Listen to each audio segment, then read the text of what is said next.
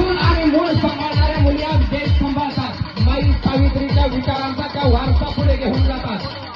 कुटुंबासाठी मायेचा आधार बनतात. तर खेळ करणाऱ्या नरभावांसाठी त्या महाकालीचं रौद्र रूप धारण करतात.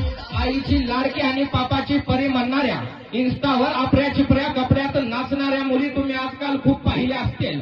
पण आई जिजाऊंचा आशीर्वाद घेऊन जगणाऱ्या आणि कर्तृत्वानं आपल्या आईवडिलांची मान उंचवणाऱ्या अशा मुली तुम्ही फार मोजक्यात पाहिल्या असतील. कारण त्या देहूच्या तुकोबाचे, पंढरीच्या विठोबाचे, आळंदीच्या ज्ञानोबाचे आणि आऊसाहेब जिजाऊंचे आशीर्वाद घेऊन पुढे जात असतात.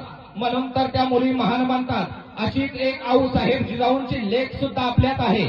परिस्थिती हालाकीची होती म्हणून अक्षरशः कामाच्या शोधात वडिलांनी गाव सोडलं.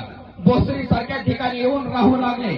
बस ड्रायव्हर तर कधी टेम्पो ड्रायव्हर बनवून कुटुंबासाठी मिळेल ते काम करू लागले.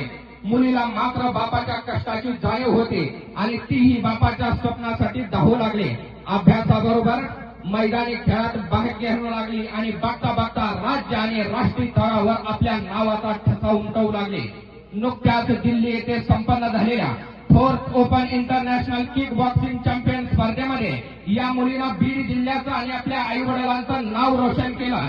आणि बीड जिल्ह्याचे पालकमंत्री या नात्यानं याच मुलीचा सन्मान महाराष्ट्र राज्याचे उपमुख्यमंत्री सन्माननीय अजितदादा पवार साहेब आणि राज्यसभेच्या खासदार सुनेत्राताई पवार साहेब यांनी या मुलीचा सन्मान केला आणि पाठीवरती कौतुकाची थाप दिली. हे सर्व पाहताना त्या बापाची छाती अभिमानानं भरून आली.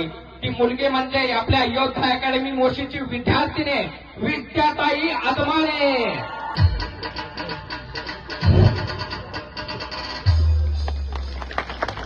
विद्याताई आदमानेचा सन्मान या ठिकाणी संपन्न होतो आहे. सर्व मान्यवरांच्या उपस्थितीमध्ये विशेष सन्मान होतो आहे. सर्वांनी जोरदार काय वाजवायचं.